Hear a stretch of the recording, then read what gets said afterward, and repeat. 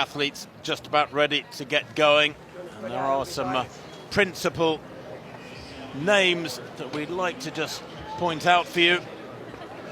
To the left of this quintet at the start line, that is Galen Rupp, of course.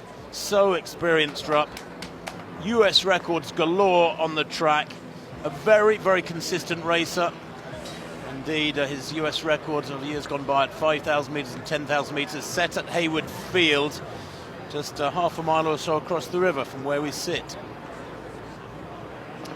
Well, Rupp, the bronze medalist at the Rio Olympic Games, was 8th in Tokyo last year. That was a battling performance last year, actually in Sapporo. It was the Tokyo Games, of course.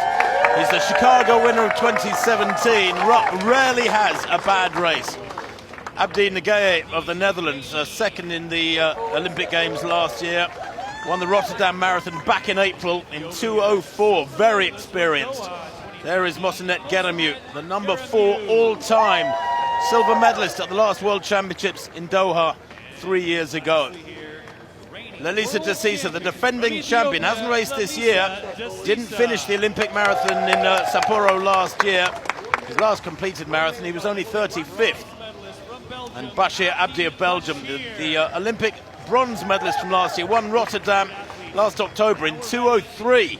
A Belgian national record. He's in fabulous form, is Abdi. Watch him. So the field then moved to the line. And with the 50 kilometres walk now no longer on the programme. This is the longest event in the track and field portfolio. All marathons have to check that the course is clear. The race director cannot sign off the race and the starting area to let the race get underway unless the course is absolutely secure. Here we go. They are underway then. The 2022 men's marathon at these 18th World Athletics Championships. And this dead flat strip of Martin Luther King Boulevard, Martin Luther King Jr. Boulevard, I should say, is sort of ideal, Marv, for helping them get into a nice steady rhythm. And actually the first few kilometres are pretty flat. Yes, nice and flat, nice straight road as they come past our comms booth and through the finish gantry, and they will set off to do 3 full laps of 14 kilometres, heading west from just in front of the Autzen Stadium. Of course, Martin Luther King Jr., one of the icons and famous civil rights leader. There is the Autzen Stadium, home of the Fighting Ducks of the University of Oregon. I always think Fighting Ducks is a bit of a misnomer. If it was Fighting Cougars or Lions or Tigers or Crocodiles or Gators or something, but a Fighting Duck just doesn't really feel that intimidating, does it? Anyway, Galen Rupp right in the centre of picture there. Everybody just loping along trying to find their rhythm. It's always nice, I suppose, Mara, you tell me, but just to get the first couple of kilometres out of the way and just feel, check your motor, check your engine. Is it running smoothly? Is it oiled correctly, and so on? Yes, absolutely. The first few miles, I'm not going to say warm up because they're already running fast, but you just want to get into your rhythm, into your pace, not do anything stupid, stay out of trouble. And talking of staying out of trouble, we caught a glimpse of Nishiyama and Hoshi just up there. They are at the front of that race. 2 Japanese, sadly, the national record holder Suzuki caught COVID and had to withdraw from the field, but those 2 Japanese still in that field. And top of that group there, I think that is Nagaye, representing the Netherlands, famously encouraged his friend Abdi to go for the silver and bronze medals in Sapporo last year, and they managed to push Lawrence Chirono into 4th place. And there is Batochir in the blue vest, just to the right of the centre of that group. He's doing his 10th World Championship performance consecutive, and only 2 race walkers on the men's side have been at more World Championships than him. Well, it may be deceptive, but my initial impression, Mara, is that these first couple of minutes as they head towards the first kilometre are relatively slow. Now, if they were on 2:10 pace, 2 hours 10 pace, which is modest for most of these men, that would be 3:05 per kilometre. Obviously, that would take them through 10k and 30, 50, 20k and 61, 40 and so on. If they were on 2:08 pace, would be 3:02 per kilometre. Now, we should emphasise that this is a championship race, so times are less significant, but we will keep you abreast of their tempo as they pass through the kilometre points. That's the first kilometre, and I get it about 3:07, give or take a second. Yeah, as you say, Tim, relatively pedestrian start, so 3:07 is somewhere in around 2:11, 2:12 pace. I was expecting a fast race today because perfect weather conditions and it's a fast course, but they've obviously got other plans. Mara, what would be going through your mind at this stage of a major marathon? I mean, you ran in 2 Olympic Games marathons. You had a fabulous 6th place in Beijing back in 2008, where, if I remember rightly, it was pretty warm, pretty humid, so different to this. But what would be going through your mind in these opening few minutes? So you just want to get into your rhythm. I mean, the athletes who want to take it out fast, they need to be at the front pushing the pace, even this early on. But nobody seems to be doing that. The first half you want to just tick it off, using as little energy as possible. Make sure you get your drinks, just stay out of trouble. And then the second half is when the racing really gets going. So Yang of China there at the front making the running so far. 3 athletes from China. Yang, 30 years old, PB of 2:11.19 and a season's best of 2:11.52. There are quite a few full teams. It's 3 per country. China amongst them, also Belgium, Brazil, Canada, Eritrea, Ethiopia. They've got 4. Israel, Japan. Sorry, not Japan. They had a full team, now on 2. Morocco, Mongolia, Uganda and the USA. And a total starters of 62 athletes representing 33 countries.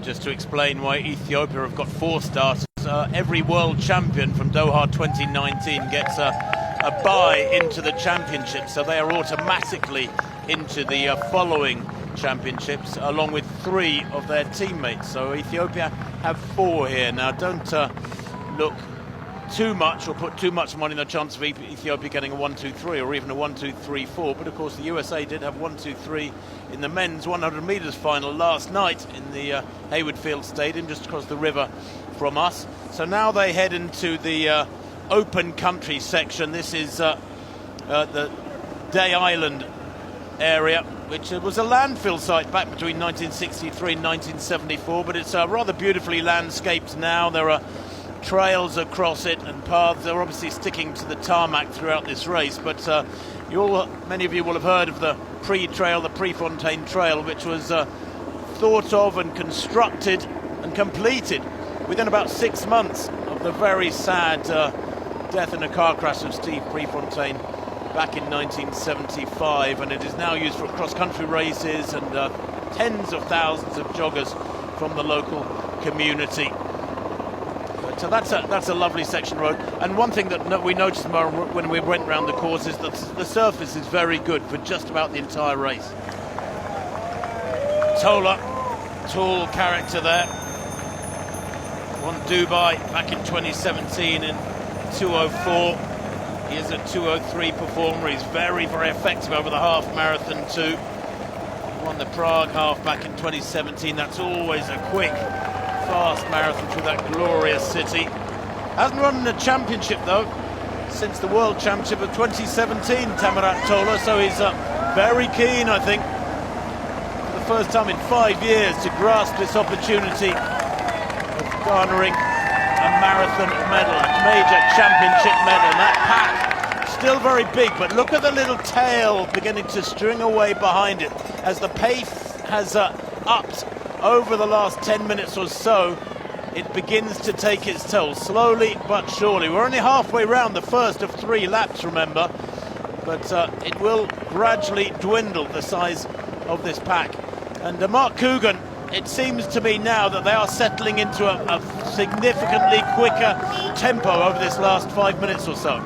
it's definitely picked up, Tim, and it's almost like it picks up for a minute and then it slows back down and they pack back up and then they're going again. So I think there's just a little bit of teeny surges going on. But I can see all the players, the Ethiopians, the Ugandans, Galen Rupp's up there, and they're still just looking around at each other. Have you been able to see Kamwar, or is he sticking right at the back of the pack, or what's he doing? I can't see him, so he must be in the middle of the pack up there, so just hiding right now. I think they're just all biding their time and feeling it out still.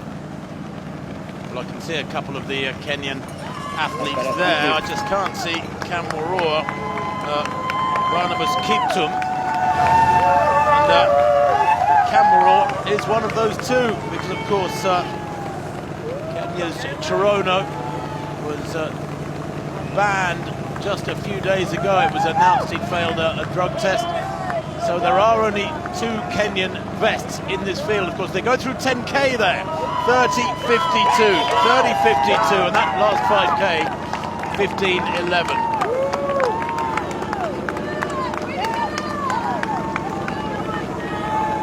Chirono has been suspended, by the way, of course, not banned as yet, but 30.52 at 10K with a 15.11, so two quite contrasting 5K splits there. And 30.52, just checking our cards, that will put them on schedule for, well, beginning to get into fairly tasty territory. I think that is just inside 2:10 tempo. By a couple of clicks, they are now inside 2:10 tempo, on 2:9 schedule, and I've got a feeling it will get quicker. Do Nascimento, Brazil, amongst the favourites, to the right of picture there in the dark glasses. I don't know how necessary those dark glasses are at the moment. Maybe they will be later on. I'm sure it will get sunnier later in the day. Do Nascimento is an interesting character, Tim. Only 23 years old, but a really fast PB for his young years, 2:04.51. And he ran a 61:03 half personal best in June, just last month. He dropped out of the Olympics last year, 93rd at the World Half in 2020 in Gdynia, Poland. And he's had a career as a junior and at youth level in 5,000 metres on the steeplechase. So really fantastic marathon career already underway, even at a young age. Well, Jeffrey Kamwar, we talked about him very briefly just now. He is in there, the man from Nyen who had to pull out of the Tokyo Olympics last year with an ankle injury. That was ironic, having recovered from a broken leg. But there is his card. Back in 2012, he ran 2:06.12 in his debut. Then more 2:06s followed. Fabulous consistency. His personal best was at 2:05, but he came 4th in Valencia last December. So he is well equipped to cope with these accelerations. He is, of course, twice a world cross-country champion and 3 times a world half marathon champion. There is Kamwar. Had a disappointing run in Boston, but his form on the roads is undoubted. I remember seeing him win the World Half Marathon Championships in Cardiff a few years back. He fell really heavily at the start, and there was talk about him when he got up after that fall, right at the start of the race by Cardiff Castle, running his first mile in 4:12, and there's a faller there, and it's Rupp. Rupp has gone down at that drink station. Looked like a pretty heavy fall too. Gets himself up, but that was a really, really nasty little event for the #1 American. He's back on his feet. How will that affect him? I'm pretty sure that was Rupp that fell. I thought it might possibly have been another American, but we'll just confirm that. Well, there's only 2 in it. It was either Rupp or Colin Micko. So those drink stations can be deadly. Lots of accidents, lots of potential for accidents at drink stations, especially in a big group like this. So let's hope whoever it was who fell, it was certainly one of the American athletes. Let's hope he's okay. So the last split, Tim, of 2:52 was the fastest of the race so far. Decisive did get a gap from it, but he's been swallowed up by the leading group once more. Yeah, very hard to put your foot down and try and pull away from a field of this calibre. There are so many great races in there. I mean, Mara, if you were up there in the top 20 in this lead pack, would your mindset be to just not get involved? The last 5K, by the way, as they go through 20K in 60:52, exactly 15 minutes. But would your philosophy be just to tuck in there and not get caught up in the racing? Don't expend energy? Yeah, that's what you've got to do in the first half. Just you know, let the kilometres tick over using as little energy as possible. But, you know, if you're hoping to be in the top 5, top 8, say, you can't let anyone at the front get away. So, you know, somebody like Abdi, he's right at the back of that group on a narrow section of the course. So he needs to keep a close eye on what's happening up front and be ready to respond if somebody goes for it and gets a gap. We're still not at halfway though, so it's still relatively early days for anybody to make a serious surge. I am hearing, by the way, that the defending champion, still the reigning champion for another hour or so, Decisive, has dropped back off this lead pack. And Mark Coogan, I'm just wondering if you can see Decisive, if he is indeed in trouble. Yes, he looks like he's in trouble. His form's changed. His arms are up pretty high, and he definitely looks like he's suffering. He's let go. He's about 20 meters behind right now. We're coming down a little hill, so maybe he's just in a bad patch, but he doesn't look that great to me right now. That's sad to hear, because Decisive has been a wonderful racer at half marathon and marathon in years gone by. He is the reigning champion. He dropped out of Tokyo Marathon, the Olympic Marathon, in August last year, despite having a record of enormous consistency. This is his 20th marathon start, and there he is, the defending champion, in trouble, and he's beginning to see that lead pack, still about 25 strong, drop away, ease away, and that's got to be frustrating. That's got to be difficult before halfway too. So the defending champion Decisive looks like he's in trouble. He didn't finish at Boston earlier this year in April. I just wonder if he's got slightly uneven running gait there, Tim. Look, I wonder if he's been carrying an injury. Yeah, he looks, I mean, that right foot is splaying outwards. He looks really uncomfortable, doesn't he? Yeah. Decisive in that Ethiopian vest. There is no fluency, no power to that. He looks like he's running almost, as you say, quite rightly, with some serious imbalance. Meanwhile, Teferi running alongside him there. He's an Israeli athlete, Ethiopian-born, personal best of 2:06.58. They take that right-hand turn down towards the river, the Willamette River, and there'll be another right-hand turn onto the Main Street Bridge. But good to see Cam Levins in there for Canada, looking very comfortable indeed. Galen Rupp in that white cap. There's a nice shot of the leaders. Guille there of Tanzania. Tashasa looking absolutely fine for Bahrain. The Moroccan El Goumri, hardly mentioned him. Musobo of Uganda. Kiptum of Kenya, one of that really strong squad. Kibet of the USA, that hunched-shouldered style of his. Half marathon there in about 64:07, give or take a second or two. Yeah, and the split through 21k, Tim, I got as 3:02, so still around 3 minutes per kilometre. 64:08, the official split there at halfway. But we are literally looking at a pack that is watching each other. Nobody prepared to commit at this mid-race stage. It's about 8 across here from this pack of roughly 25 marathon racers. It is a cat-and-mouse game as they go into the second half. This pack, which is whittling down now as we reach the business end of this race, and as Tola that eased away from him. And look at that acceleration. 2:59 for 3 kilometres, then a 2:53. That's what's causing the damage. Yeah, and Tola there looking very comfortable. 2:04.14, a season's best from Tokyo earlier this year, but his PB 2:03.39. And Galen Rupp dropping back too. I saw him, a couple of minutes ago, looked like he was okay, but Rupp in the background in the white cap, in that white USA vest. Kibet, remember, running in different colours to him for the USA. Galen Rupp in trouble, unable to go with this.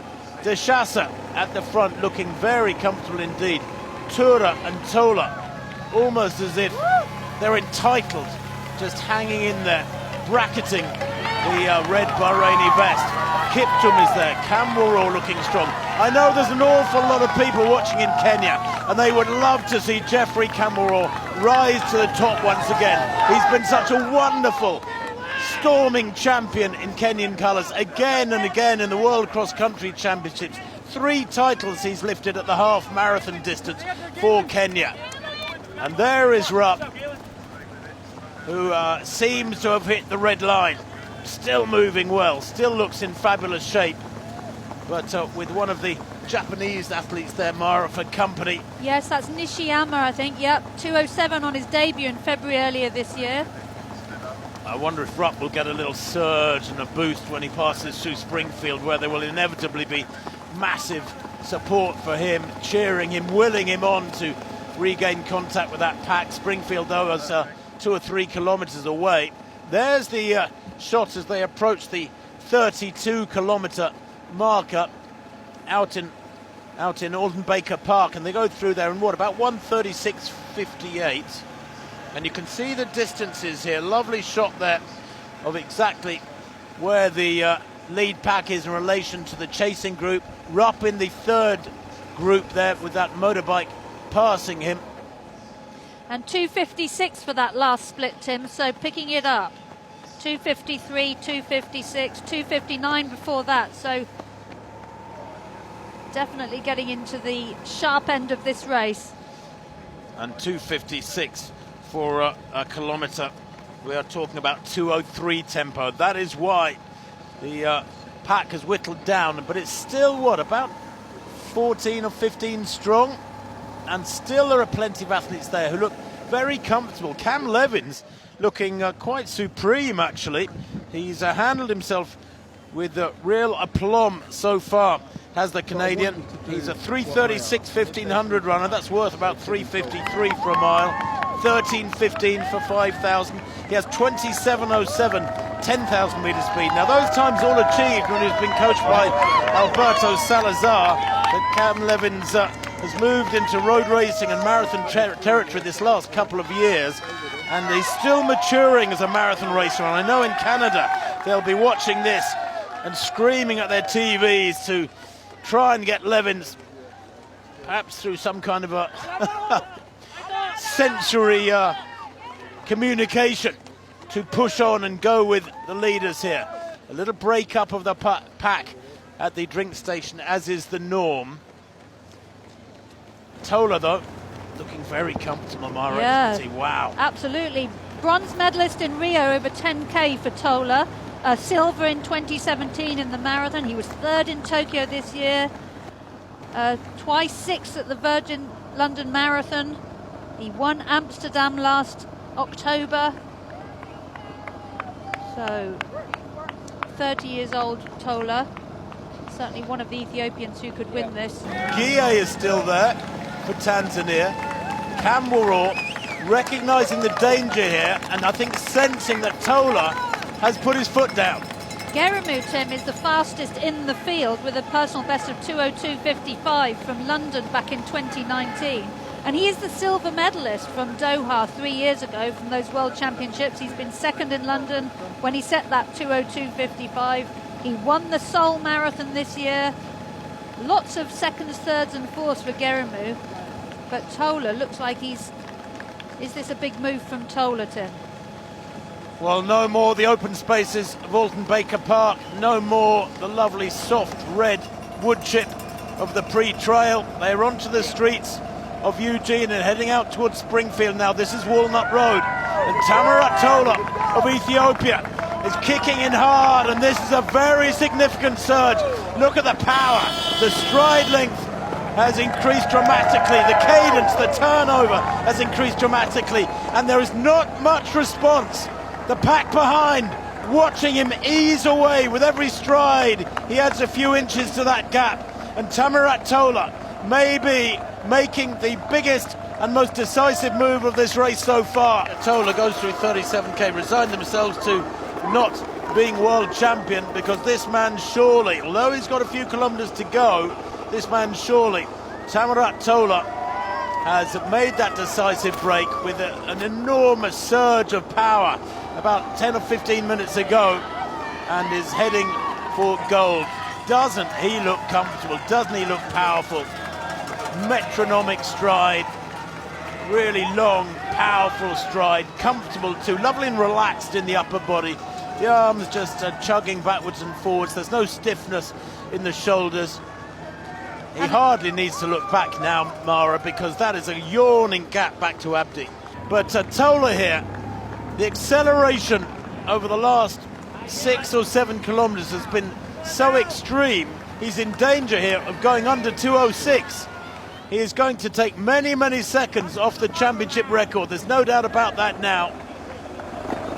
And we've got splits for Abdi and Geremu, Tim. 3 minutes for them exactly through the last 1K. So they're not hanging around either. Well, Tamarat Tola has Olympic medals at 10,000 metres. He has a World Championship medal from 2017. He ran a 59:46 half marathon back in April in Germany. He was third in Tokyo back in March behind Eliud Kipchoge in just outside 2:04. He's had 2 races this year, both of them fantastic races. There he is at 41K, dominating this race with a lead of almost 1 minute now, with a kilometre to go. And if anything, he's picking up the pace. He's enjoyed this downslope along Martin Luther King Jr. Boulevard, and the finish line awaits him. This beautifully constructed finish arch here beside the Autzen Stadium awaits him. It awaits these men. 2 of them will get medals, and it looks at the moment like the silver and bronze will be shared between Abdi and Geremu, but in which order? Cameron trying desperately to get back to them, but looking tired now, having that battle for 4th and 5th places with Levins in the background. Tura, in fact, for Ethiopia, back in 6th, is making inroads as well. But look at Jeffrey Cameron. This is a wonderful comeback for Cameron after that dreadful accident back in 2020 when he was hit by a motorbike while training back in Kenya. At least he is back now to championship racing, finishing in the top half dozen. Less than half a mile to go. And Tim, Tola is going to obliterate the championship record, I think. 2:06.54 it currently stands at. Abel Kirui back in 2009 Berlin. So Tola with about 600 metres to go. And he's absolutely blitzed the second half. This will be the 5th consecutive World Championship Marathon gold for Ethiopia, or at least a medal for Ethiopia, I should say. Stephen Kiprotich was the winner in Moscow back in 2013. Germi Gebrselassie for Eritrea in Beijing 2015. In London 2017, Jeffrey Kirui. In Doha 3 years ago, Lelisa Decisive further back down the field today. He was champion. 400 metres to run, and Tamarat Tola is going to retain World Championship gold for Ethiopia. Yep. Ethiopia defend their title. It's a different athlete, not Decisive with 2 wins. Here is 2nd and 3rd, and Geremu using that track speed to ease away from Abdi. Is this a surge that Abdi cannot answer as the leader now heads down the home straight? Tamarat Tola will be world champion. What a run this has been. An extraordinary championship race that has had all the qualities, lots of patience and indecision by the pack. But this man was the first to make a big decision, and it was a decisive decision. The 30-year-old silver medalist 2017, 5 years ago, gold medalist today on the streets of Eugene. He is world champion, Tamarat Tola. What a run, and look at the time. 2:05.35. I said a few minutes ago he might break 2:06. He has smashed 2:06, breaking the championship record by a monstrous margin as Geremu surely now heads towards the line and looks to be making it a 1-2 for Ethiopia. Fabulous running from him in the closing stages to break the Olympic medalist, the Olympic bronze medalist Bashir Abdi of Belgium, who surely now is heading for the bronze. Abdi had a look over his shoulder there, a worried look over his shoulder, but he has nothing to fear. Back in 4th place, Cam Levins has got past Jeffrey Cameron. Great running from that pair. But Geremu it is going to be who comes towards the line for a well-deserved silver medal. He was silver medalist 3 years ago on the streets of Doha. The conditions could not have been more different. It was hot, humid, desperately testing. Late in the night in Doha. Here on a morning in Eugene, he takes the silver. And a massive hug there from the world champion, his teammate Tola. And Gerenu also under the championship record. And Abdi takes the bronze for Belgium.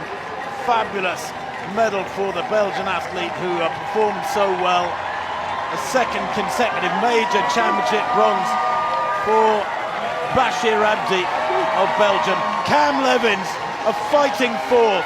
Wow, so near yet so far. Cam Maror is back, fifth for him. Tura in sixth place. What a run from the Ethiopians. First, second and sixth. Gueye coming in for Tanzania. He will be seventh. What a brave run he has had. And look at the times. 2:07:30 for Gueye there unofficially as he crosses the line.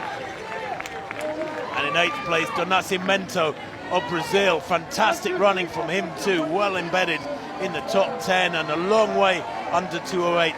Deshasa, well, the Bahraini promised so much. It's been a fabulous run from him. He will be in ninth place. And what a run from Mpofu of Zimbabwe to finish in 10th place. The Israeli, Teferi, what might he have done without that heavy fall mid-race? He finishes in 11th place. Such brilliant running, and these times are unprecedented. The strength and depth has been quite remarkable. The Moroccan El Goumri in 12th place, I think they're unofficially. Wow. So Tola's championship record time confirmed at 2:05:36. Geremu 2:06:45. And third place, Bashir Abdi, that bronze medal, 2:06:49. 3 under 2:07 in this World Championship. Salih there of Morocco crossed the line. Seems like a long time since the winner crossed the line, but he ran 2:08:49 there or thereabouts unofficially. 2:08 something for Salih. We'll confirm that for you shortly. There you see the medalists posing proudly with those national colours, and so they might. That was a race for the ages here on the streets of Eugene and Springfield.